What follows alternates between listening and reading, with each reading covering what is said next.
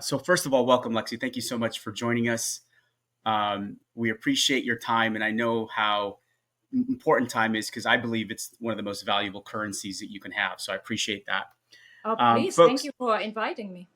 our pleasure, our pleasure. So folks, I'm with Lexi Alexander, who is a film director, well known in getting into the industry through the martial arts, Shotokan karate initially, kickboxing, as a stunt woman initially, and then progressed through the film industry as a director.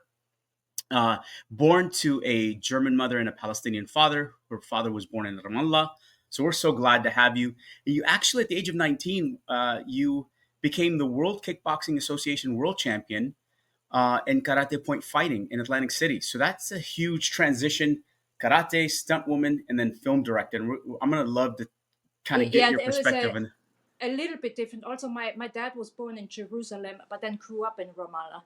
got it. Unfortunately, Wikipedia is always wrong about everything, and most of the time, I don't know who does it, but they keep erasing my father too, all the time. So I'm glad at least that's still there, but I'm sure some of the things in there are wrong. Yeah, I was actually a fighter first, a point fighter, which, it's, and also, I'm old now. So this is in years where it wasn't necessarily the high time of kickboxing. I think that was more when Benny the Jet was still, I don't know if you know Benny the Jet or Bill Superfoot Wallace. That was kind of the highlight of kickboxing. There was a time in the US where kickboxing and point fighting was huge. And Mm-hmm. these two names, Benny the Jet and Superfoot Wallace, they were kind of massive names in that arena. And then it kind of shifted a little bit. I still arrived in the US when, kind of, people were still point fighting, but UFC started, MMA started.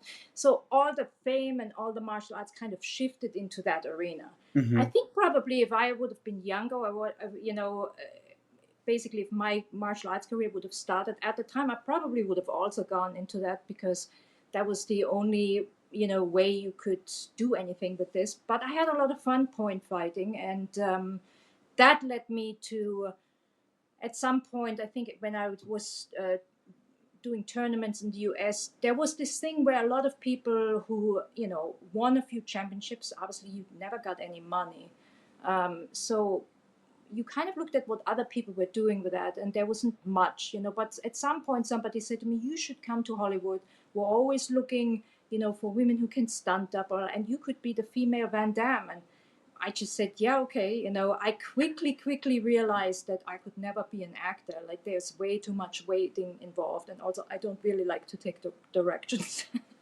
I like to give the, but it once I retired from fighting, that was kind of the step. And it really was only like, okay, so now I have all these titles and I'm this martial artist, and I was giving seminars to the martial arts schools that invited me. But you could tell that was going, I mean, that was not a career. Mm-hmm. Mm-hmm. And I thought, what am I going to do now with my life? And being Palestinian, you of course always have, at least in my case, one parent saying you should be a doctor. Just become a sports doctor, right? And Mine I'm was not. be a pharmacist. Oh, really? Oh, well, Yeah. interesting. Yeah, I can see that too. And you became a banker, right?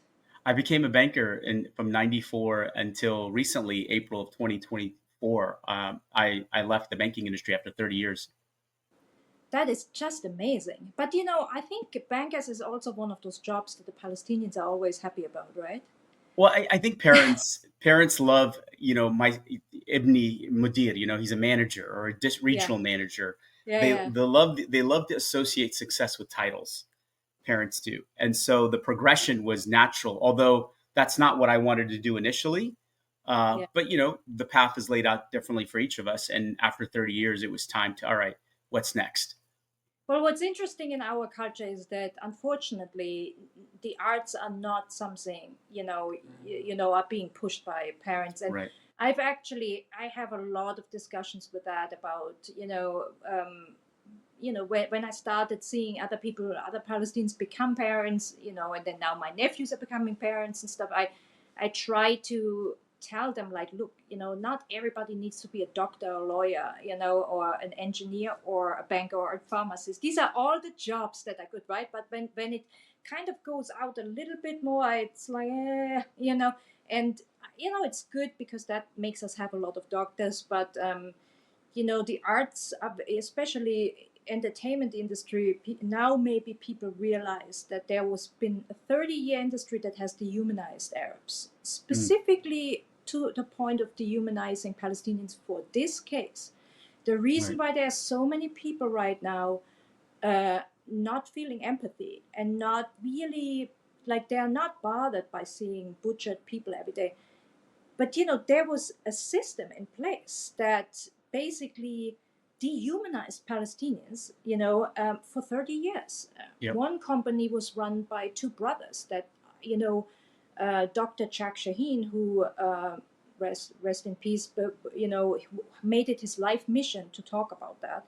And he always mentioned these two brothers as in that was their whole point of getting into the movie industry, is make Arabs look like animals. And if you think of like, how many movies they made and where we are now, that was I would say a very successful psyop, and we, like the idiots, are like, oh, become a doctor, don't do the arts. And as the Arabic language goes, to this day, my family say, oh, she still plays in Hollywood. I don't know why they have to say play. It's a job, It's a career.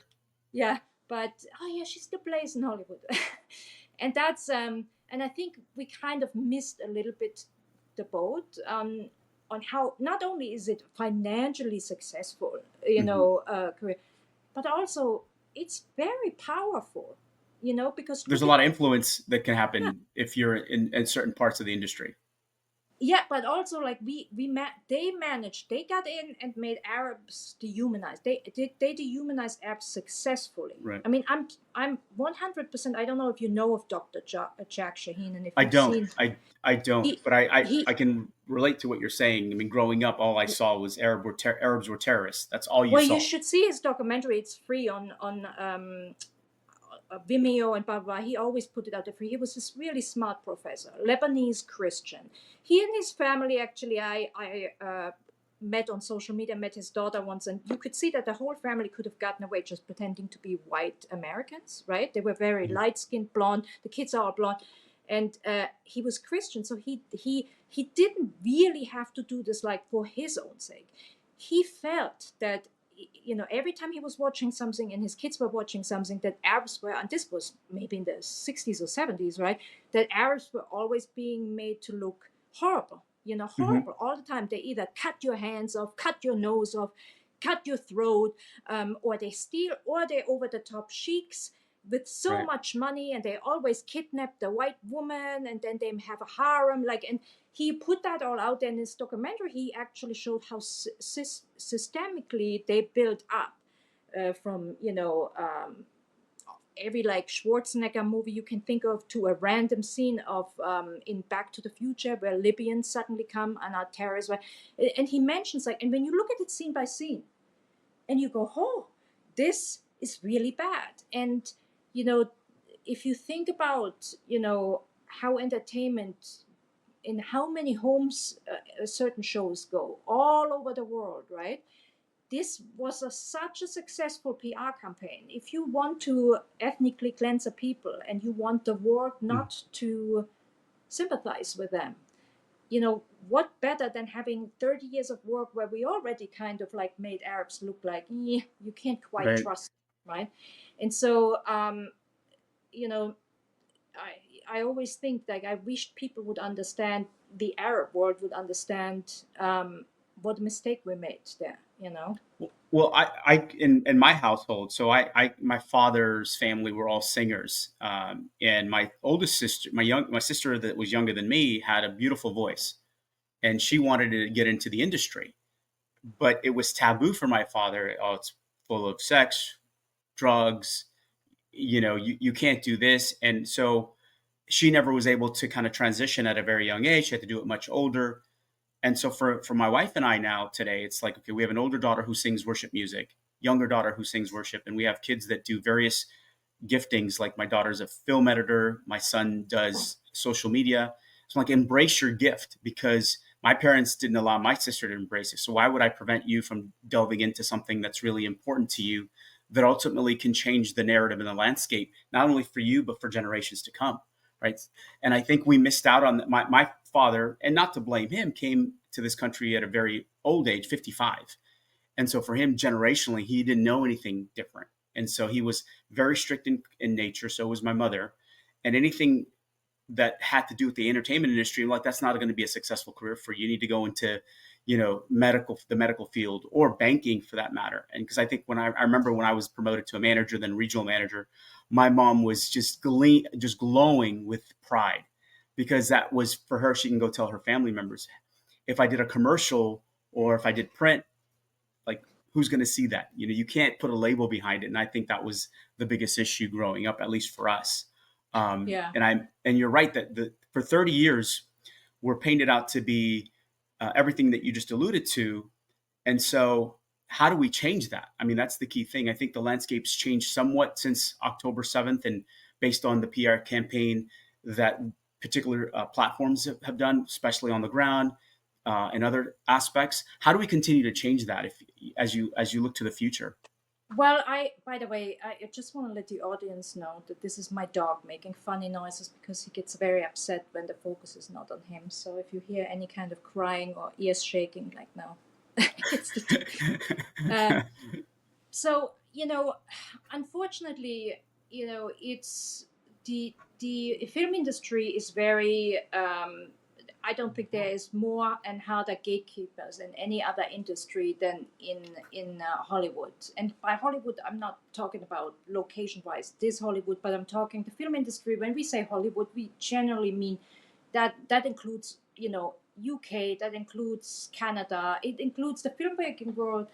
Is really one industry, right? So there's not much difference. I mean, I'm thinking maybe Ireland is trying to be a little bit different, but most countries that would politically be different usually don't have the money.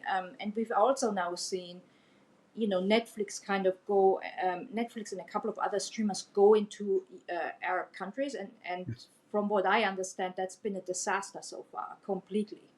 On all ends, like the people were upset with what was being produced, filmmakers were upset because they weren't hired, filmmakers were hired that, were kind of, always willing to cheat their culture, it was just a disaster to have an American company. And when you actually go to Palestine or Jordan, what you see everywhere is that everybody, all the kids, they watch Turkish productions, which I think is Mm, really interesting because they're obviously longing for some kind of stories that also represent, their culture. And again, I'm not saying that everybody in Palestine or Jordan is Muslim, but it is obviously a majority there. And so right. I think there is people are seeking something that represents them, and so that's why now you drive through certain streets, especially in Palestine, where all of a sudden every store is called Istanbul, Ankara, like they have all these names that you can see the influence. But again, you see the influence, like Hmm. famous story about how much influence this had is our industry has is before CSI started, there was barely any women were in that job. CSI stands for Crime scene investigation. yes, and in real life it's called crime scene analyzing or something like that, right? One of my friends is a senior crime scene analyzer. I should know this, but basically the forensic kind of science, right? And there were no women, and then that show started, and it made a big boom, and suddenly all these women went into it, and they're very happy, and women have this career that they didn't see it before. They didn't think this was a career for them, right? But now it's and that was one TV show doing that, and there are a million of examples of how TV shows have really kind of changed society as a whole, or movies. And so we are not even close. I mean, you think something has changed, maybe I don't think October 7th What changed is that there's a lot of people on TikTok, and obviously Gen Z is very big on being out there, and what I like the best is that everybody's sharing this knowledge that Hmm. obviously nobody has ever been taught, right? Right. And that's where, again, I mostly see Gen Z kids doing it, but you and Liam are big on TikTok, so it's not just Gen Yeah. Z, right? But there's a lot of people telling stories like, did you know that Israel first tried to go to Africa to get a state there? And like, there's all, Right. and people are like, oh, I didn't know. And it's like every week another one of these stories. And so that's why I really like social media for that. But in the entertainment industry, nothing has changed. First of all, none of the Palestinian filmmakers or actors have worked. Like we are just basically like, it's not happening. And if we were to, and it's so funny because a couple of actors who are kind of not well known, we don't really have a famous Palestinian American actor, but there's a couple who had, I'm sure, I don't want to mention their names now because I don't, I'm not bitching about them because I understand the predicament, but Right. almost all of them have stayed quiet, right? Mm. And it hasn't helped them. The hatred for them within the Zionist community that's gatekeeping Hollywood is still as big. Like, Right. they would have to come out and throw, like, basically, like, say Palestine doesn't exist. They should be one of those quislings that do exist. Uh, but other than that, I don't think there is anybody giving us jobs or anything. And here's the thing: we were not even we were not even at the beginning of making progress. I mean, there was the only progress Hollywood made was that instead of just being terrorists, sometimes we were the Arab guy who works for the FBI or CIA who's actually fighting the terrorists, right? Yeah, we were So informants. yes, but that still keeps us in that environment. Now think about how many doctors do we have in families? How many bankers do we have? How many engineers Yeah. do we have? How many IT guys do we have? I mean, in my family alone, like, it's just Dr. Haven, like, they could open a clinic. Right. Like, I'm truly the black sheep, right? But and this is always Of course. academics. How many professors do we have? Now tell me one TV show where we have seen an Arab doctor, an Arab teacher, an Arab IT guy, Arab banker, like anything like that. Not even a stockbroker. Like, we don't exist as three-dimensional multidimensional humans, and we certainly don't exist as the correct representation of who we are. Right. That's why when you see comments on Twitter, why do they have so many doctors? Why do they have so many hospitals? Is everybody a doctor in Palestine? Kind of. There's at least one in every family. Even if it's the third cousin, you will find one, right? And so, how many shows do we have about doctors? And yet, you've never, not even one sidekick doctor, right? So We're I never think the that, hero. We're never the hero in a show. We're always either the villain or the accomplice of some sort. yeah, and just as a profession, it's hard to bring this up now because obviously there's now a bad taste to it. But when you think of the Bill Cosby show, that was a big deal for Black Americans because they also were always represented as thugs and gangbangers, and it Right. was always like, if you think of 48 Hours, there's always, he's the prisoner and this is the cop, and this is always like, I remember and that. so you had this Bill Cosby show, which by the way was huge in Europe, huge, but you had this, like, doctor, and I think he was the wife also a doctor. I can't remember this. Either way, I this think was like, right.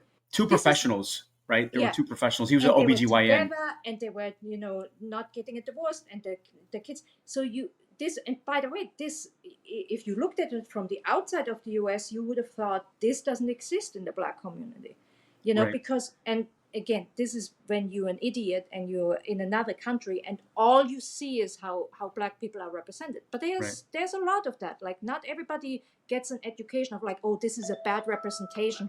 There's really families that are like this. But that Bill Cosby show put a whole different light on, like, the Yeah. Black community, right?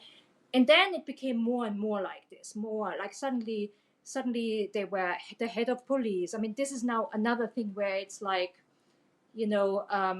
there's a name for that as well, where suddenly they've become, every law and order now has the chief of police is a black actor, and also that can go in the opposite direction. Then you suddenly, and they have a name for it, I just don't know, but at least they have grown out of not, we have not Right. gone there. You cannot actually find the Bill Cosby show of Arabs. You No, can't find, like, for example, your family is what your wife is not Arab. she's Jordanian. So imagine you guys, you have three kids, right? And you said your kids We sing have we have worship. four Four kids. kids. So, Yep. and you said your kids sing worship songs. Does that mean you're Christian? Yes. So my So oldest, yeah, my tell oldest. me, have we seen a family like yours on the No, TV? no. Why not? But Now like we can't even have a it's Christian family. because we're denial of identity. I mean, who Yeah. do we really exist? That's the other question, because most Well, people you think don't. it's right. And Yeah, that's exactly. when, and that's the part where when you think, why can't these people watch dead babies for 11 months and not feel? That is why, because we don't exist to them as multidimensional humans. They Right. can't relate to us because, and it's so funny because I don't know if you remember this. This was actually when Trump was running on that idiotic anti-Muslim kind of platform, and people always said there was this thing of like how Arab Christians are safe and this and that, and then two Arab Christians, one after another, were killed by insane racists in the U.S. I still remember this, and one of them, his first name was Michael, and you kind of looked at him and said, "Wow, you have to have some real fucking hatred for Arabs to look at that guy and say, I'm going to kill the Arab." And it turned out to be the racist neighbor, and really where it shifted, because that family, again, just like Dr. Jack Shaheen's family, and there's a lot of like, as Arabs are, we have 20 shades of color skin. We can go Yeah. really dark in the summer and we can go really light in the winter. And so, but, a lot of like, especially Christians and, Arabs, they can pass as white often, right? Yeah. It's actually often is the Islam added to it, even when it's not hijab, is that kind of add more of a like, oh, you're different. But with the Christians, you could pass. And then when I realized the story was in each cases, it was a neighbor. So Mm, they heard the Arabic, right? yeah. They heard the family talking Arabic and decided he's going to kill one of them, one It's of the disgusting. kids. It's disgusting, but this is how far it's gotten, where even the whitest of us, completely normal family, all of a sudden they speak Arabic and they're the enemy. But that is what entertainment has done. Well, it's painted as evil, right? I mean, if you Yeah. look at my sister, my youngest sister, who's got green eyes and light brown hair, we don't look alike. And my brother, who's much taller, lighter skin, and then my other sister, she and I are similar in complexion. But if you look at three of my kids, you would not be able to tell they're of Middle Eastern descent.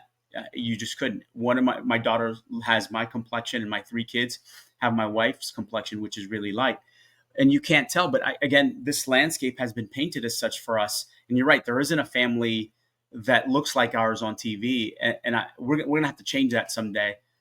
So that make sure that we're And telling by the our story way, from our side. yeah. And by the way, having a family like yours is almost like me saying, look, you know, they're going to be as close to white as it can get. And by the way, you know, I have a lot of friends who would judge me for that, but I actually think you kind of have to soften it in, like I would actually be for Monty. I It's would all good. actually, be for a light-skinned Arab Christian family opening the door, and then we go in and say, okay, can we go a shade darker? Can we go Muslim? Can we go? I mean, you kind of have to, you know, get people used to it. And again, I have a lot of friends who say, you're crazy, Lexi. Why would you even say that? Why can't we just be Arabs in the way we are? But I do think there's a certain psychology to like getting people used to all of us. And I Right. also think, to be honest, there's this weird conception of a lot of Americans not believing there are Arab Christians, right? Oh, Uh, for sure. Totally. yeah. The evangelicals, they don't even believe Catholics are Christians, which I only learned when I moved here. So it's a kind of the fact that they always disregard Palestinian Christians as if they are not real Christians. Like they're not the fucking oldest tribe. They're probably related to I Jesus. get that quite a They don't, bit. I know they're the oldest tribe of Christians. Like, what are you talking about? But again, it's you're not talking to logical people, you know. Well, it's funny because my wife was sharing a story the other night, and when we went into one of the churches locally here after we walked in, and the pastor goes to my wife. She told her, my wife said, I'm Palestinian, I'm Christian, I'm Jordanian, my husband's Palestinian, we're Christian. And the pastor goes, oh, when did you convert? Like, when did you become a believer? I'm like, wait a minute. Like, you should be pretty understanding of there are more than just Arab Muslims in the world. The fact that you had to ask when you became a believer to me just shows how siloed your education is and understanding of what the Arab community is like. And think about how idiotic that is, because who do they think built that church in Bethlehem that they travel to Ex- every other year? Who exactly. built that church? Like, Yeah. would you think Christians came from the UK maybe and like built a church in Bethlehem? That, like, I don't understand. You constantly come. I mean, there was this. When I'm there, I like going to Bethlehem from Al Khalil. It's not far. We can go there either without too many checkpoints, right? And because I grew up as a mixed kid, so I have a mother who's Catholic and a father who's Muslim. And there was a lot of kind of a funny comedy about that, because at one point they were competing for me to convert to either, right? Although my father always said, if you're the daughter of a Muslim, you're automatically Muslim. And then, my mother was like, I don't think so. But in the Catholic, you do have to get baptized, and there has a whole thing. So there was always a lot of fun about it, and it actually made me study theology because of that. I said, well, I got to figure out where actually God is in these religions. Mm. And funny enough, I hadn't heard that quote until I studied theology, but people who study theology tend to become atheists or agnostics, and I totally know why. Because the minute you realize, how many different religions there are, and every one of them, insisting on theirs is the truth, you realize that, it's very hard to decide which one, and so Mm. you kind of understand that it was. I mean, at least that's what I came to the conclusion, that it was a way, of bringing principles into your life and your community life. For example, I always liked the idea that Mohammed said you cannot eat pork. But if you think about it from a medical point of view, that was very smart to tell people, in hot countries, you know and I don't actually think it's safe in the desert and in all of these, where there's real heat, to eat pork It's an is interesting dangerous. perspective. Yeah, Yeah. I hadn't. I've heard And it, but I haven't seen it, outlined in such a fashion. there's a lot of that. I think there's a lot of where, when you actually look at the background, I mean, you're like, that could have had a totally different reason. But when it comes as a tale, or when it comes as a dogma, it'll be listened to. And anyway, so because I'm a mixed kid, I sometimes, when I go to Al Khalil, which is very conservative Muslim, I feel slightly. I like going to Bethlehem, because now you have the Arab Christians having a beer somewhere. Not that I need a beer, but I just Do you drink sometimes. beer? Uh, I mean, I don't not drink alcohol out of religious reasons. I would drink a glass of champagne, or something. I more because I'm an athlete, and because I don't, I think it just makes you fat, and it never gives me a buzz. So I'm kind of think it's useless. So, but for religiously reason, I mean, that's part of, really becoming an agnostic, is I don't have to follow any of the rules, right? Mm. So I No, don't I fast. well, especially that. Do you still train? So you talked about you being an athlete. Do you still train? Oh yeah. Oh yeah, I mean, I it's a little less with other people, because I don't know if you experience this in the martial arts world. The I didn't think, and it was very typical. I didn't think the COVID reaction was great. It was very anti-science, and very it was there was a lot of that weird Trump stuff going on, Yeah. where people insist, oh, you just have to work through it. And I mean, I saw people that I knew in MMA drop dead, because they were working out. They got it 2-3 times, and then they went to work out because they literally thought, oh, I'll work through it. And all of a sudden you had these 60-year-olds dying because, they just didn't look at what this actually is. And so, you know, I have done a lot less hanging out in gyms, which, to be honest, I miss it because it's always been part of my life. I've always, like, since I was a little kid, I've hung out in dojos and boxing gyms. And so I do miss it. I still, have trusted people that I go and do sparring with. And Sure. I have you can't see it now, but I have one of those bobs. You know what a bob is? A buddy Is opponent back. Like, he looks oh, like a man. got it. Yeah. He Yep. looks like a big man. I built out the gym in the garage, so I have a heavy bag, a 10 by 10 mat, but I still teach BJJ not too far from here. And tonight I teach kickboxing at another Oh, gym. amazing. That Yeah. is So amazing.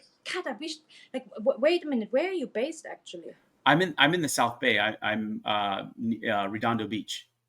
Oh, Yeah, nice. yeah. Yeah. So I love training, and during the COVID period, we did take time away. But my wife got it really bad the first go around, and then I got it twice. But it was one of those where your energy's drained. But I would go downstairs and work out because I built it out for myself and the kids. But I love training. I mean, I started training BJJ at the age of 40, and I got my black belt in 2019, and then Muay Thai 4 years after that. And I've been teaching since 2019 the BJJ, and then kickboxing now going on 3 years. And so Nice. I love So training. wait a I love minute. You lifting. didn't even do that as a kid? I did Shotokan karate until the age of 16 Oh, wow. at a studio down here, and then one day I just happened to be with a bunch of friends, and they said, "Hey, let's go do open mat at this BJJ academy." And I got thrown around like a rag doll. And I said, "Oh man, I got to do this." And so I started training at the age of 40, competed up until I was a brown belt, and then and still in it. Yesterday, I teach on Mondays and Wednesdays BJJ, and Tuesdays and Thursdays and Saturdays I teach Muay Thai. So That's amazing. I love it. I don't know what I would do if I didn't train and lift. And I train 7 days a week, and so whether it's lifting or mixed martial arts, so to me, it's an ongoing That is process. truly, truly amazing. I I kind of appreciate it. wished I would have gotten more into BJJ. I did some, but yeah,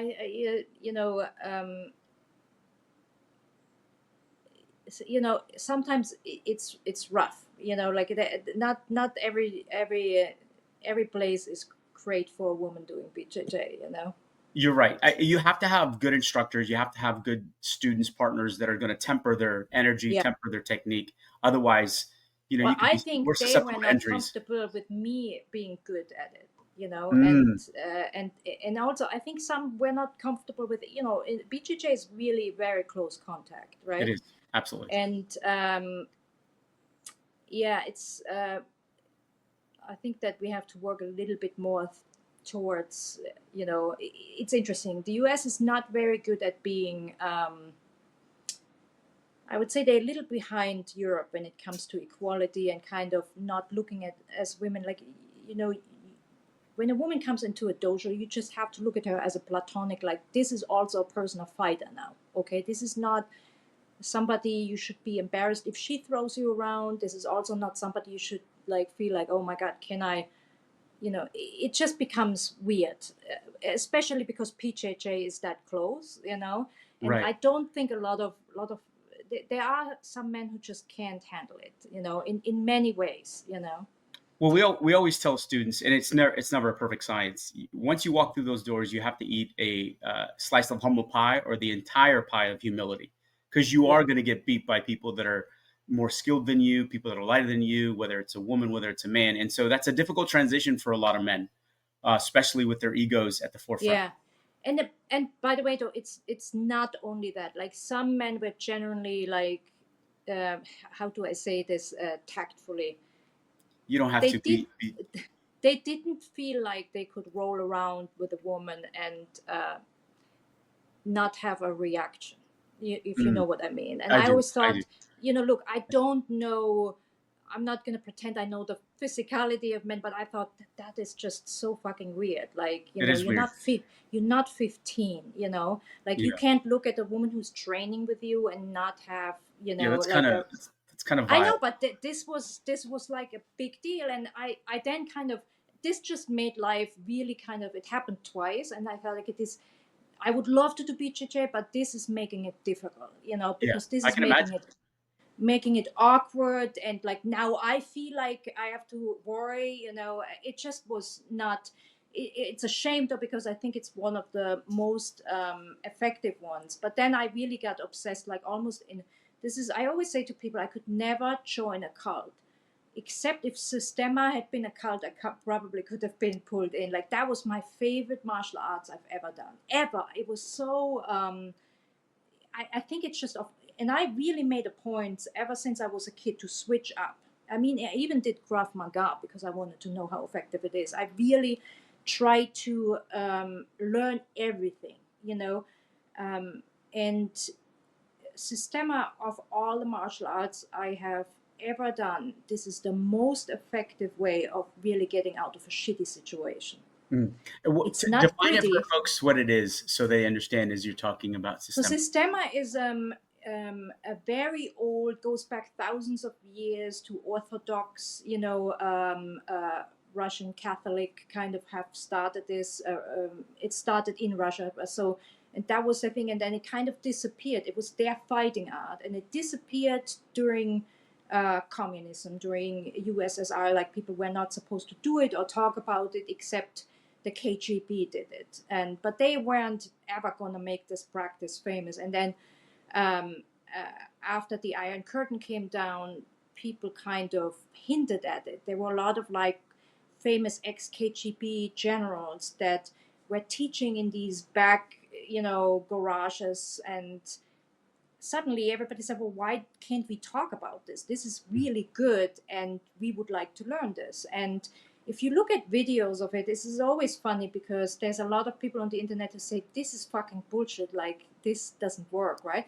Because it does look like one of the most famous guys is this little old, very fat ex-KGB general who is like the master, the grandmaster.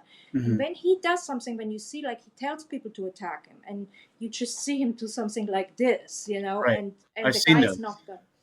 And I can see, because I'm a film director, right? I wanted to use it because I'm so obsessed with it. I wanted to use it in my last movie for the lead guy, because it also happened to kind of fit with what the hero story, the character arc was. But it's not a it's not a cinematic kind of martial arts. It kind of Hmm. looks stupid, to be honest. And that's just the thing. Like it's never going to look good. Already, Aikido was kind of one of those weird martial arts that really didn't look good cinematically, but Segal always tried to do some extra shit that made it better. Right. But you can't do that with Systema, because Systema, is all about. Um, it's really hard to explain, but it's like one of the principles, for example, is if you're fighting somebody with a knife, just assume you're going to get stabbed. Now, Right. how do you move through that pain? How do you continue moving? And also, like, what makes you a harder target for the other person? And if you think of, like, we grew up with Gen X, right? We grew up in the 80s. So when we hear this shit, like, we think of like all those martial arts Shaw Brother movies, and we're thinking of like, oh, I gotta move like this, and do I'm some thinking kind Chuck of Norris, Bruce Lee, Steven Seagal when he exactly. first came on the scene, John Claude Van Damme, and all these guys initially. Exactly. And we're thinking of also all those like drunken master thing of like, how do I become a heart attacker? And all of that is just nonsense. And it's good nonsense for a movie, but in real life, funny enough, if and you should try this, in your gym, because it's such an interesting exercise to do. If somebody stabs you with a knife, obviously you should try it with a fake knife or with a fake stick or something like that. And if you think about the impact of that, what would make it harder for the other person? Well, what would make it harder is you slumping yourself and you're starting to move like as Right. if you have no bones, and you're starting to move like this. That's why this martial art looks so dumb. It looks stupid, right? And it's also like the punch, like I'm come from kickboxing, so I always want to pull my hand back and like keep it straight and stuff. But when the most effective, and you can feel it when you do it, the most effective punch in Systema is something like this, that just comes like that. And when you feel it on you, when like one of these instructors does it for you, when they do it on you, I mean, I couldn't move my arm for like a week, So there's a lot of force behind it then. Yeah, but it's very, the movement itself looks like stupid because it's not sexy. Sexy to me is like, Right. stretching It's a and one, pulling them two, back. or a three. You know, Exactly. But you're not throwing. when you see this general do it, and somebody comes at him and he does, it doesn't look good. But what it is like he used the shortest path and just basically dropped. It's all about gravity. Dropped the weight of his fist on somebody's chin.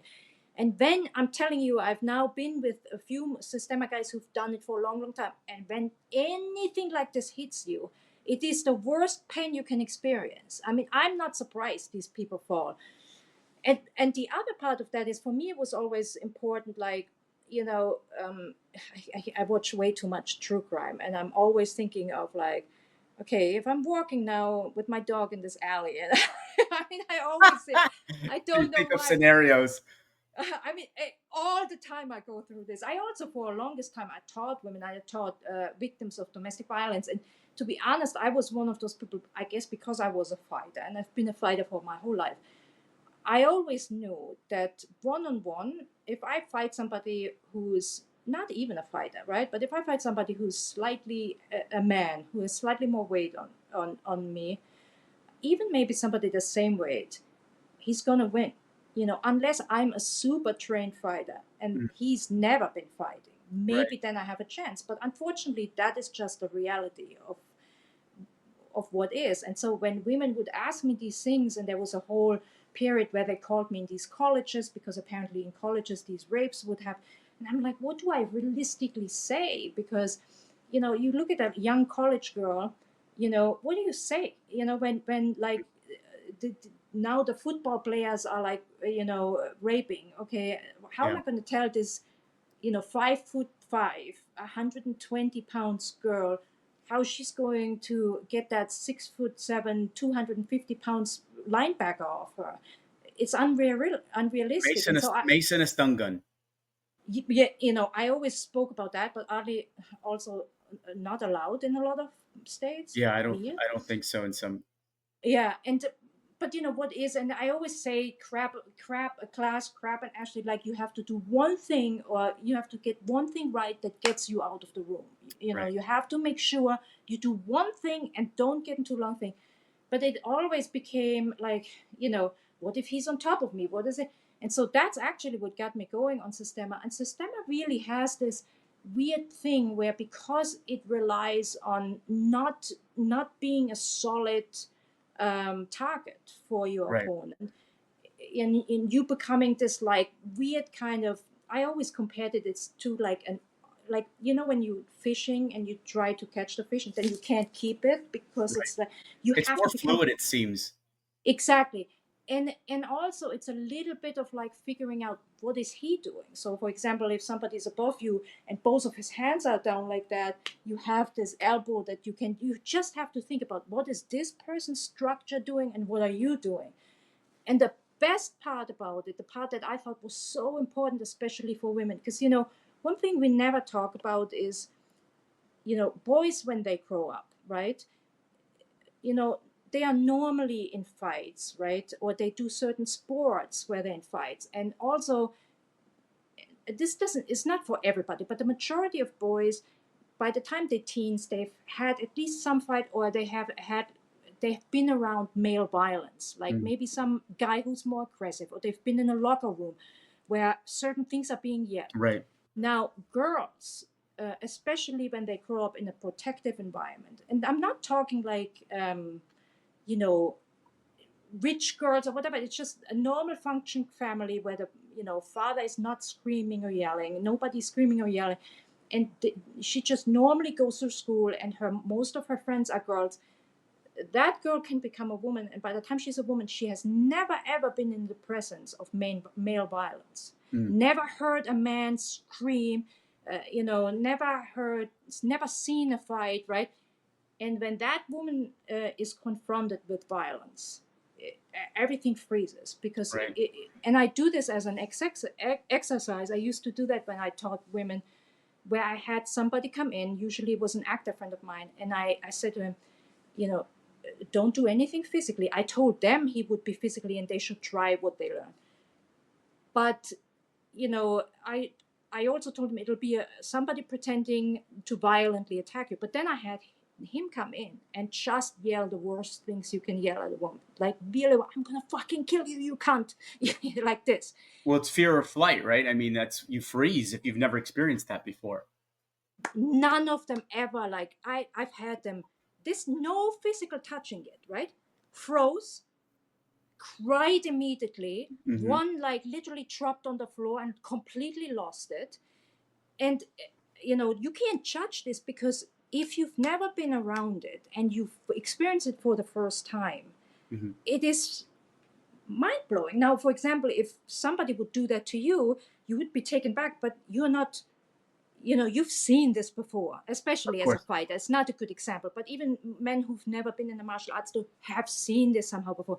Women can go through their whole life and never be faced with this, and was always my biggest fear. Is like, wow, how do you tell them? And so I always say, at some point, if you are confronted with that, the biggest thing to do is breathe. And that was Sistema's thing. Sistema is always like, if you don't breathe, you die. Like, Yeah. you have to breathe through it. And they did a lot of like those Navy SEAL exercises, that are all about not losing your shit, Yeah. like Keeping just calm, control your composure. Because once exactly. that adrenaline rush hits, you do stop breathing. Yeah, And your mind doesn't function as effectively as it would if you were in a normal state. yeah, You're in an anxious state, and you're right. I think it's a great call out, because it is a tremendous exercise to conduct when people have never experienced that type of trauma. It's like you're yeah, screaming, and what do I do? Well, take a step back, reflect what's going on, make sure you know your surroundings, and then act upon it. yeah. Versus you completely freeze. Yeah, that there was this famous story. I don't know if you listened to.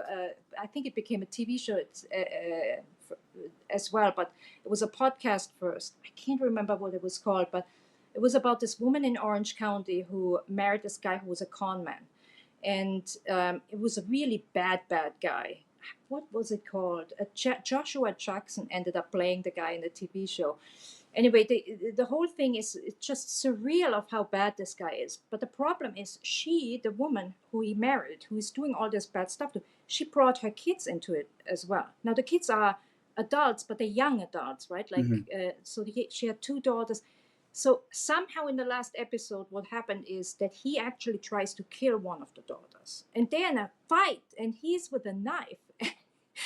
And this is the most amazing story I've ever heard, because the way she got herself out of that was, she was a huge fan of that show, The Walking Dead. And Oh she yeah. just remembered that she has to get the knife from him. And then she said, what do I do now? And she said, I remembered that they always said in The Walking Dead that you have to stab really deep and multiple times. And multiple, very gruesome killing. And, but I thought that was such a perfect story, because had that girl never watched that show, she would have been like, because again, most women don't train this. I mean, I think I would say most men don't train this, but again, men tend to be in environments where violence doesn't, especially male violence, doesn't shock them, whereas women can be really, really freezing to it. And so I thought those exercises were just so genius, and it was all that stuff to kind of where you had to do a certain amount of push-ups and things, but you couldn't breathe.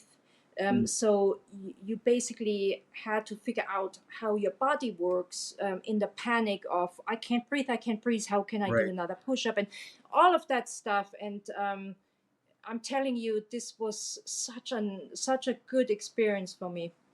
I think today too, because I joined the Marine Corps right out of high school as well. And I remember the constant yelling, screaming from the drill instructors, but I think that was in order to help us maintain composure in a time of threat. And I think, my oldest daughter trained with me for a long time, Muay Thai and Jiu Jitsu. And so I think her skill set, and she kicks harder than I do. I think generationally that's changing slowly. I think if you might add to that, I also want to jump into kind of your film directing, that transition, because I saw Green Street Hooligans yesterday for the first time with Elijah Wood and Charlie Hunnam. I thought that was I had never seen it before, so I'm like, let me watch the movie. But I do see a lot of women transitioning into the martial arts, but not in greater numbers like it should. I mean, look, not until Ronda Rousey made the scene in the UFC, uh, women's abilities and their skill set was suppressed. Ronda Rousey kind of paved the way for a lot of folks in the UFC, and now you're seeing more and more women get into that field. Are you seeing that more so, or kind of the status quo? Maybe I haven't kept track, but here's my issue with that. Okay, so I went into the martial arts because I loved it, loved it. There's a lot of girls who don't want to do martial art. It's not for them. They want to do ballet, or they want to do jazz dance, or they want to play tennis, or they want to play golf. Like what? Like I think it's a detriment to society that we are pushing. When they called me for these colleges, I'm like, why are they not hiring a man to talk to the men instead of hiring me to talk to the women? But it was such an emergency at the time because they had just come out this documentary. It was a whole mess of how there's rape on every college thing. And so I kind of said, well, they're not, I can't tell them what to do. I can suggest it, but I may Right, as well go and see if I can have. But sometimes girls, and again, if you never wanted to do martial arts, if you only wanted to dance, I wouldn't judge you for it, right? And right, I think that when girls have no interest in this, why are we making them so that if in case they get raped, they can maybe defend themselves? It's insane, right? right. And so, but I'm not a big fan of pushing girls into something like my niece. My brother always wants me to show my niece something and wants her to do I tell her she needs to do martial arts, and I know where that comes from, but she's not interested. She wants to play ball and hockey and basketball, and Right. I think that's okay. But I also get the fear of a father, like what if something does happen? And so, since you can't really fight with a man who's attacking it, this is another problem though. There's a great guy. Now, why am I blanking on his name? He wrote the book, The Gift of Fear. I can't believe I'm blanking on his name. I know this guy really well. Anyway, I tell you the name later when it pops into my head. He wrote an amazing book, but and he's like the #1 guy on personal safety and security. He has, I think, the most famous bodyguard company, and it's not one of those stupid bodyguard companies. Like they really know what they're doing. They think of security and situational awareness in different ways. Very, very solid guy. And so one of the chapters that he wrote in The Gift of Fear was that people have to understand when a violent man attacks you, and this is now whether he attacks you or whether he attacks me, a violent man who attacks you, because they are often addicted to that violence, their pulse slows down. Like they are comfortable in this. This is what they were Yeah. seeking, right? Especially, by the way, a rapist, but also somebody like a hooligan, for example, in one of those street fights. They going into that because it makes them feel good. It's the So when adrenaline you, rush. yeah, but when you are fighting somebody whose pulse slows down and is in his comfort, imagine that.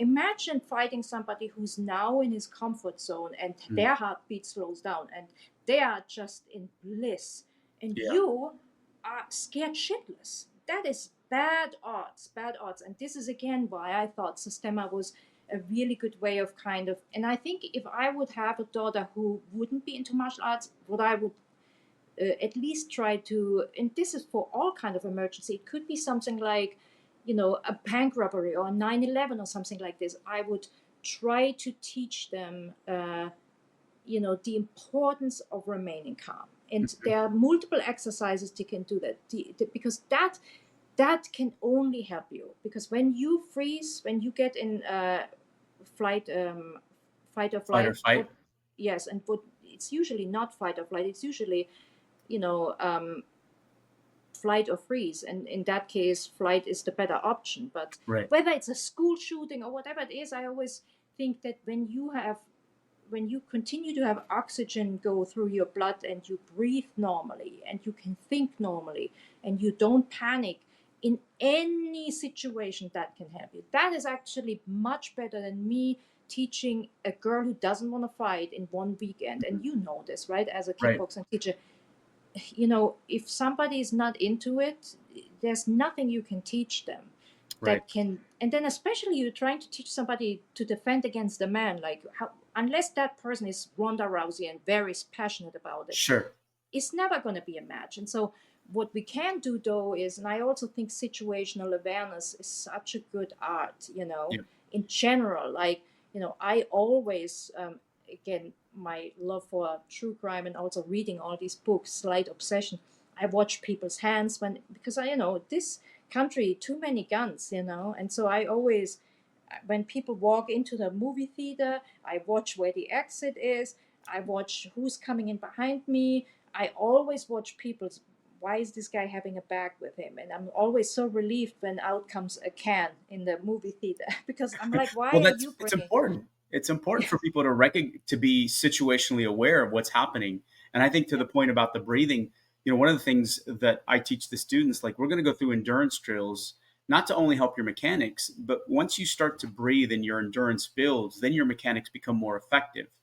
And so when you're yeah. in a situation where there is chaos, you're not the one acting chaotic. Now you're the calm one who's reacting calmly to the situation and can make better decisions in those situations, to your point, right? Because Exactly. freeze and they're like, what do I do?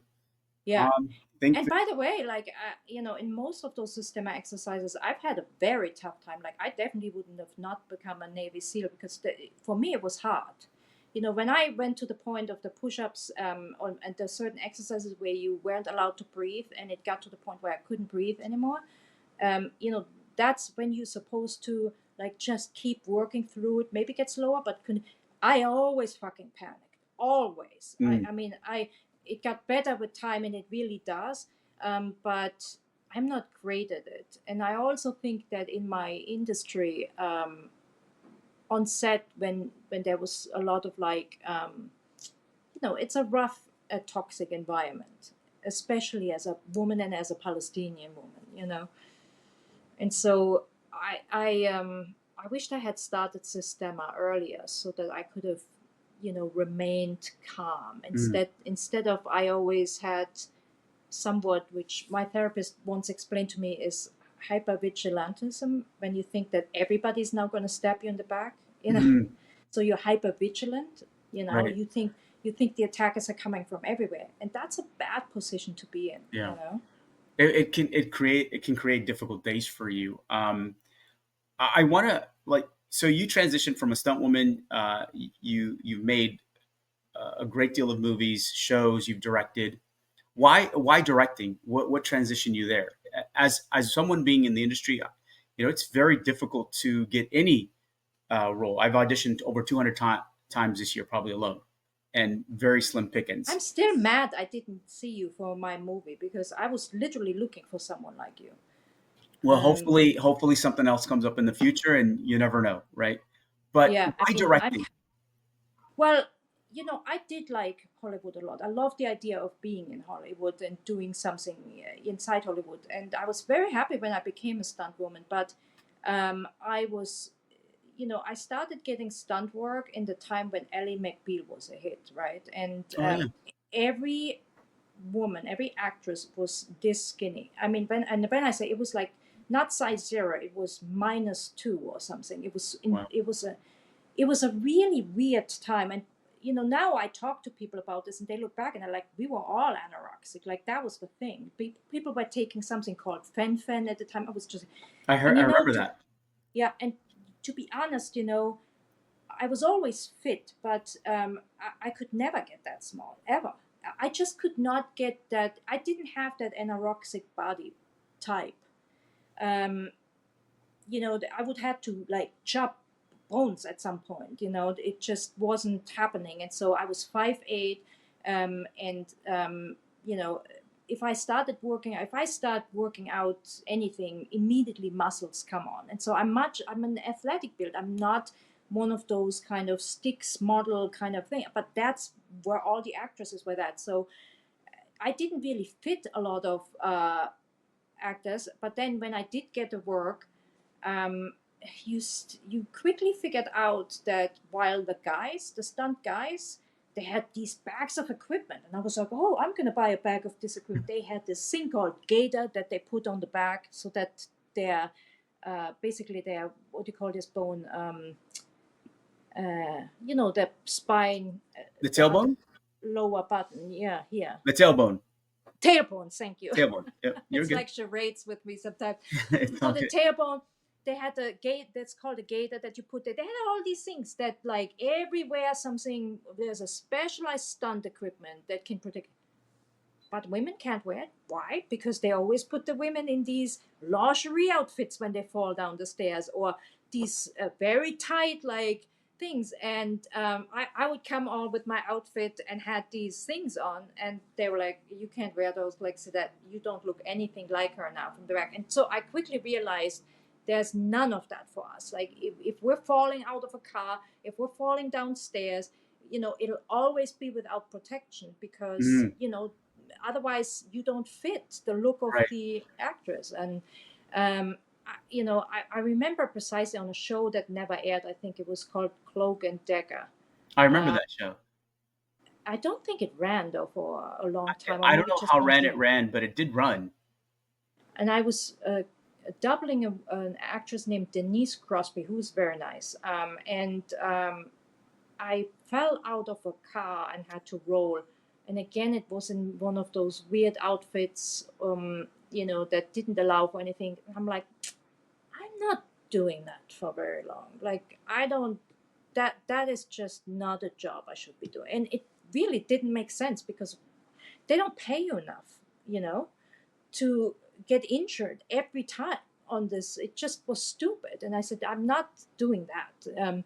But then I thought, okay, what else can I do here? And I quickly realized that really I was a filmmaker. I wanted to write, but didn't really felt quite comfortable with, writing in English. And I don't know why I had that in my head, because later on I saw Quentin Tarantino write a script, and I was like, well, my English is better, my spelling is better, my grammar is better, like everything. Like, I mean, he won an Oscar for writing, but Yep. it was on. I saw we were in a coffee shop, and my friend knew him, so she walked over, and we were sitting for a while, and I looked at these cards, and he was actually in the middle of writing Kill Bill, and I thought, if that guy writes scripts, I should write scripts. Like, I was subconscious about something I shouldn't have been subconscious about. So, but I went into directing first because it was a way for me to still, be part of the industry, and you know do it in a way where I don't have to get bruised and battered every time, and also where I thought I could tell some good stories about Arabs. That wasn't actually the case, but Well, you know I'll tell you in the line yesterday between Charlie and Elijah when they were talking about the firms. He goes, "Think of it as the Israeli-Palestinian conflict." Okay, that's got to be Lexi's. Those have to be Lexi's words. I actually think that wasn't mine. I was still too and also, if you really think about it, that comparison between two firms, yes, they hate each other, but it's not really the same. But I think that was one of the other writers that was on the. That was still a time where I still felt that I wasn't good enough, that I wasn't, British or American enough to Mm. write the script alone. So I actually got a British guy and an American guy as co-writer. It's another thing that I should have written alone, but it actually really helped for the British part. But I don't think that was a line I made up, but I laughed when I read it.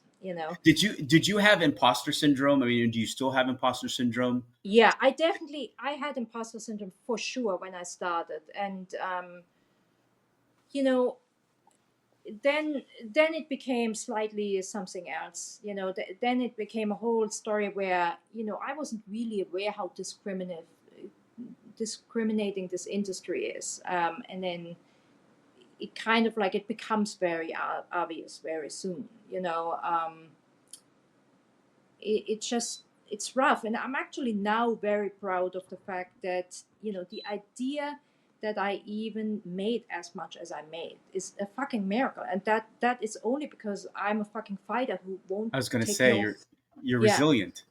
I mean, most of these years I thought I should have a much bigger career. Like, my first thing was nominated for an Oscar. Like, how am I not having a bigger career? And I always kept thinking that, and people would explain it to me, like, you know, the women directors, are not like, there was a whole lawsuit at one point that I was part of because somebody asked me to be part of it, that had to do with the EOC of, really having to get involved and saying to studios, you're not hiring any women directors and we don't understand why. Right.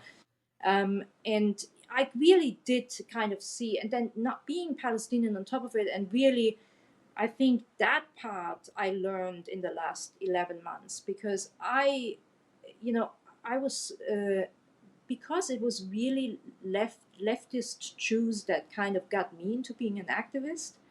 It wasn't Palestine. My Palestinian family is not as outspoken and as activist as I am. They're actually very low key, and Hmm. I also think kind of, at least a couple of my brothers don't really want to. They live in Arab countries where you can't really, be that outspoken Right. about it. But I became allowed mostly through leftist Jewish friends in Hollywood. So I was a little bit under the impression that I had this false echo chamber around me where I thought most Jews, especially in Hollywood, are against you know the occupation and against Israel. And I would say there is a big part of that as well, Hmm. but it's also a Zionist stronghold, and you could see that. And I'm now not saying anything that is not out in the open because they wrote all the letters, horrible letters. And then I would see, like, on the letters, on the really horrible letters that came 4 or 5 months into the genocide, where people would sign letters that said the occupation doesn't exist, it's not an occupation. I would see my Wow. reps, like I would see my reps on there, like my agent, my lawyer. And oddly enough, my then lawyer, I have a new lawyer now who's great, but my then lawyer was famous for signing all the Palestinian filmmakers, the few that exist, like Abu Hani, and he also has the two who did Paradise Now. Like he was famous for like, and when I saw his name on there, I was like, the fuck, you know. And then I started thinking back and thinking where there was moments in my career where I thought, I'm not sure why I'm now not getting this job, or why they said no, or why they fired me, or replaced me, or there was these obstacles. And mostly it was explained to me always when I would ask people, it was always explained to me that a lot of people have issues in Hollywood with strong women, like outspoken women. And I kind of took that on. I thought that was it. Right. Because I am not somebody who just easily backs down on shit. And so I thought, oh, maybe really I am slightly too aggressive for them, or too, you know. I never saw myself that way because obviously I'm not walking on set saying I want an all white trailer with white M&Ms and I want to sleep until, like, that to You're not a me is somebody diva. who's, yeah, that to me is somebody who's difficult. And but that I'm work incredibly hard, but I also you know will tell you if I think something is a mistake. Like, if I think this is a racist thing you're now doing and we shouldn't be doing it, I would speak up about it. And or if it's something to do with martial arts, you know, I always thought I should get these jobs that are like martial arts shows, and those were always the shows I didn't get. Hmm. And I always believed the idea that this showrunner who's made this show about these, for example, there's a show that was about witches, and all the witches had to be fighting. And I thought, who's better than me? And I could feel in the room a lot of the women executives were, well, who is better than her? But the showrunner, who was this, gay white man who had this idea, I think he wasn't mean to me, but who he decided on was the opposite of me. And I think there's a lot of it, Interesting. like, he didn't want somebody who knows more about this than he did, Right. Right. and that does happen. And so I always, for years, I took it on as like, outspoken, strong women who are opinionated and kind of, they have a vision. It's not really Hollywood. The people in Hollywood are not really comfortable with it. But now I look back and I think that's not really true.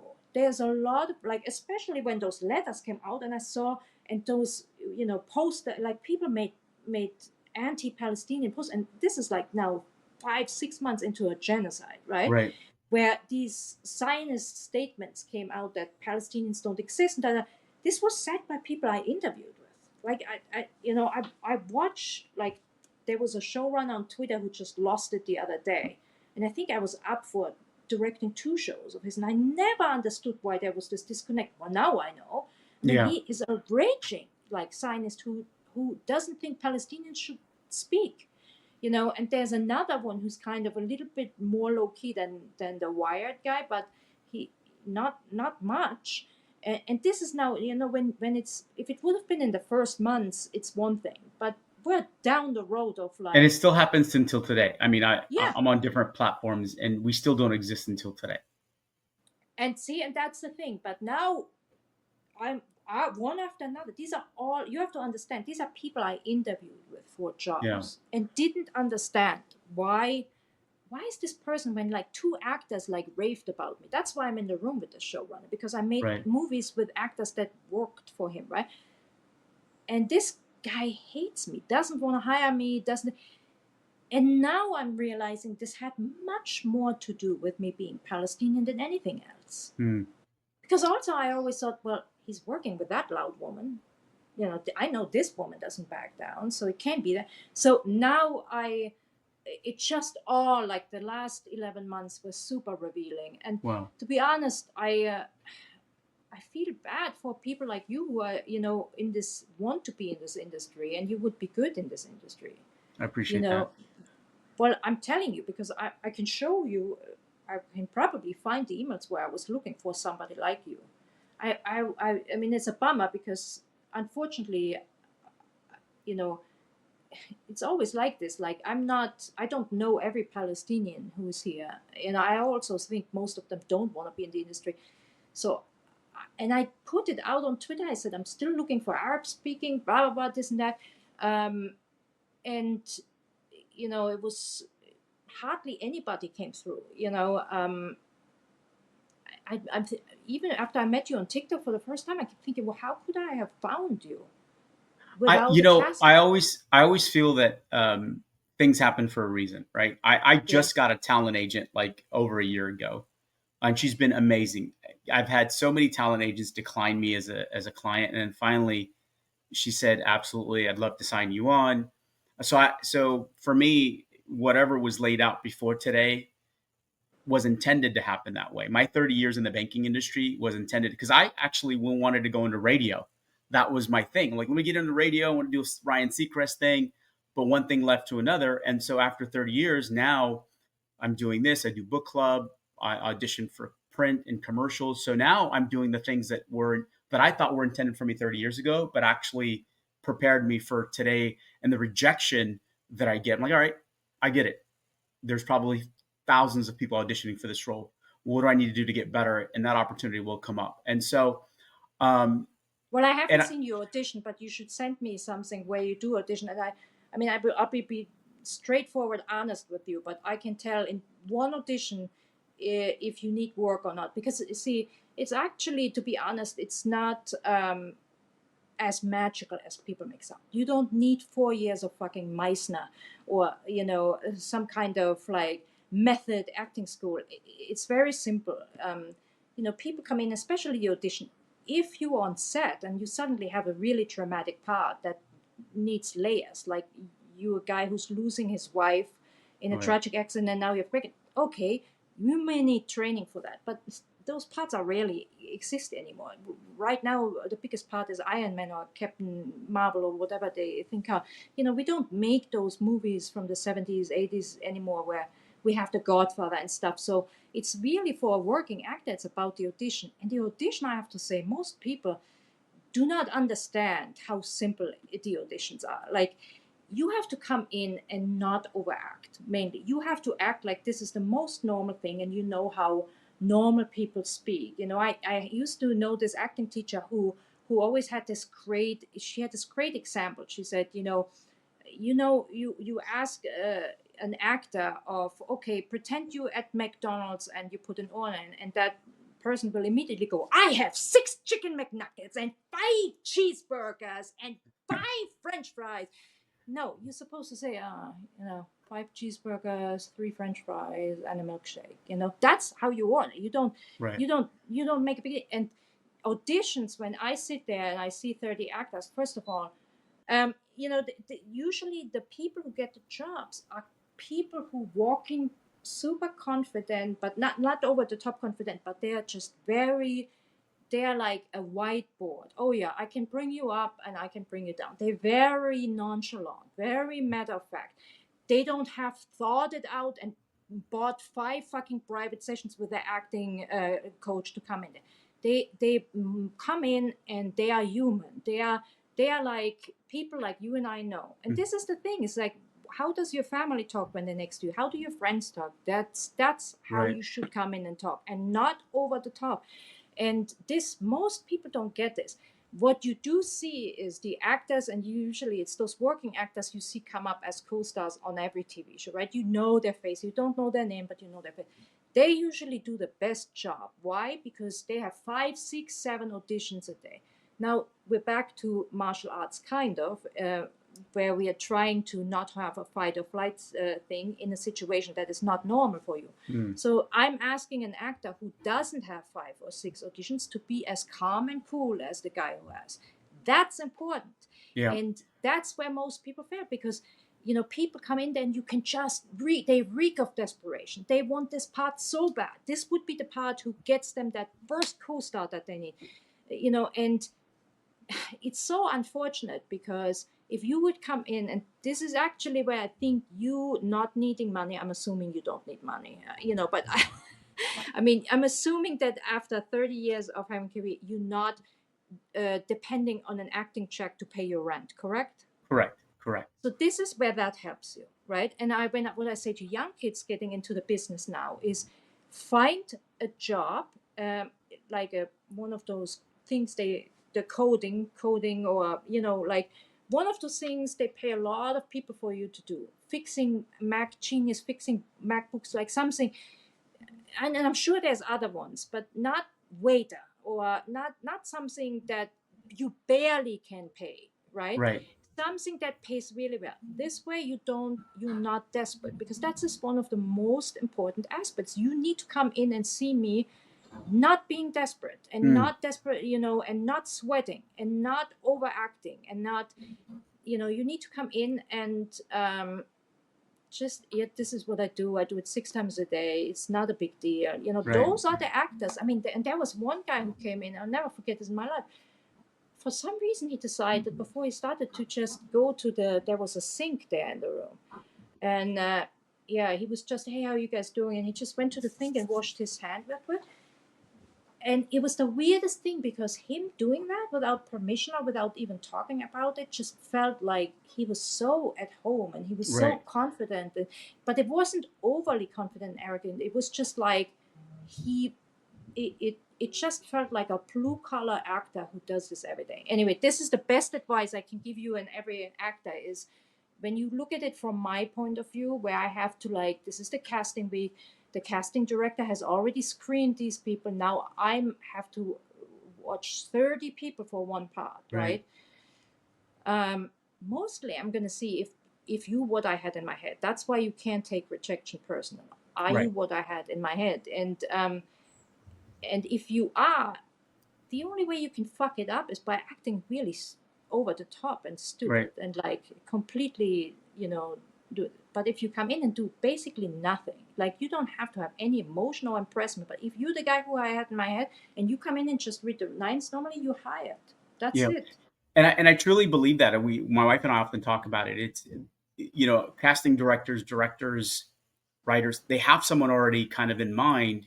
And to your point, the latter part, if you go in and do what you need to do, then you're pretty much guaranteed the part. And so I appreciate that, because I think for folks that are listening and looking to get into the industry, it is about putting elbow grease in there. It is about working hard and making sure that you're putting in the time, but you also have to bring your true self to every situation, because people don't want to see anything that's disingenuous, right? And I think that's the difference maker there. We're about an Exactly. hour. But I want to just tell you one thing really quickly, because I know you are going to audition, and I want you to know this. It's not always, I could have somebody in mind, but you could also come into the room and change my mind on that. Got And it. that more has to do, and my lead actor actually did that. And that's only because in a sense, he was what I had in mind. I just pictured him differently. Mm, But what I really wanted was somebody with a really special kind of, like a kind of kind-heartedness that was very obvious. Now, I had my kind-heartedness, I would probably think of, one of my cousins who's really kind-hearted, because that's who I have in my head. Now I have that look in my, but if somebody comes in completely different but has that same essence, or somebody who comes in and says, oh, um, you know, after the audition, I think, oh, this also is a way of being kind-hearted, right? Like you right. can change my mind too. So it's not like, oh, because she has somebody else, and that does happen. It's just that what you probably cannot do is there's no way you're going to come in and Al Pacino your way into a part, or Robert De Right. Niro. Like there's no acting you can do. And usually that's where people fail, when they try to like have so much emotion and so much put into it. Most of it you should just talk like a normal person, and not put too much emotion into it. And sometimes it's a tiny thing, like it's a little wink at the end. It's a little during Green Street, one of the actors, um, uh, Ross, he was actually acting with the casting director, and I was watching. And the casting director, Scottish guy, great guy, he wanted to do a little bit improv, and so they just yelled at each other as if they're on the opposite side of the tracks, which was a scene in the movie, Yep, right? I remember that. but One of the first but so scenes. he said, let's just yell at each other as if you're a Rangers fan and I'm a Celtic fan, he said. And that was really funny because Ross, is really a Celtic fan, so he really hated that. But in the middle of them yelling at, you fucking cunt, you come here, you can't, in their accents and stuff, Ross decided to spit his chewing gum at him. And that's not something I usually recommend. And probably a very unique situation, but it was so fucking authentic. It was, and also they knew each other, so I can't recommend. Right. But again, he just took it to that tiny bit of like, when I saw that, I was like, that is totally what a hooligan would do. Totally, That's awesome. We're at 1 minute, 1 hour and 22 minutes. And Oh, again, we're getting you're gonna close to have end. to edit this probably. Yeah, we'll edit it quite a bit in certain parts. But you have projects coming up. I'd love folks to hear about if you have any upcoming projects that you want to highlight. Where are you going from here? I know you're planning to move to Ireland. What's next Yeah. for Lexi? Well, I have a movie coming out, a martial arts movie called Absolute Dominion, and I kind of look at it as this is my last thing I'm going to do. This is the last thing that's going to come out. I'm not necessarily. I hate when directors say they retire because if somebody in Ireland says, "Well, Lexi, we really want you to do this movie for us, and I love the people there, and it's different than here," I could well be talked into it. So I'm not going to say that, but in terms of I find it difficult to work here, especially now as Palestinian, and so I'm moving to Ireland to also be surrounded by. I find it very hard here to even say to people that I'm Palestinian because it's like so tense now, right? Right. And so I wanted to be around people who where that's not the case, where actually most of them really love that you're there. So I'm not sure what's going to come creatively. I've always had this hobby for years and years and years. I collected vintage items, and I always had this fantasy. Every time I was on location somewhere, I would go into thrift stores, pick things up, put them in my garage until the whole garage was filled with stuff. And now I had to like get rid of all of it quickly because I didn't want to bring it all to Ireland. But it's still my great passion is finding, stuff that I'm a big fan of Christmas, by the way, which I guess is also really odd for somebody who doesn't really, want to stick to a religion. Right. You're kind of torn in But between. yeah, I love Christmas. I love everything related to Christmas. I have a massive Christmas collection, and I always sell like really old Christmas stuff to people. And so my plan right now is to move to Ireland and do that. Just keep having an online store and just go from thrift store to thrift store and pick Good things for up you. You fix them and make them match. You know, there may be, who knows what's going to happen. There could well be, and I was speaking about this with my lawyer. There may, first of all, this movie that's coming out, it could potentially really be something that people want to see a world of, and I would definitely come back and do that. You know, because it would also be something that we would be deciding because the rights came back to me. You know, Okay. so that could be. I'm definitely not close to it. And there's also, and I think you find this interesting. I'm not sure how much I believe in it, but you know, in an odd way, this what's happening right now, there could be a shift. There could be a shift that um, people really want to now hear from Palestinians. Yeah. You know, Yeah. as filmmakers, as actors, as it would just pain me if it would have taken this much death for that Yeah. to come. But if that time comes, because people now feel like, oh shit, we, you know, killed like half of them, and now we have to like figure out if we can at least represent them. You know, I definitely would be part of it without wanting to step on Palestinians who are still in Palestine and trying to tell their stories. But I think there is, you know, as a diaspora Palestinian, there's also, you know, we are not less Palestinian just because Right. our parents had to leave. And so Right. there's room for us as well, and there's room for our stories, you know. And if that time ever comes, because there is a shift, you know, I would definitely, you know, be up for that. Awesome. I would love. I think the narrative is changing, but at the expense of so many lives, right? I think that's important to highlight. When does Absolute Dominion premiere? I know.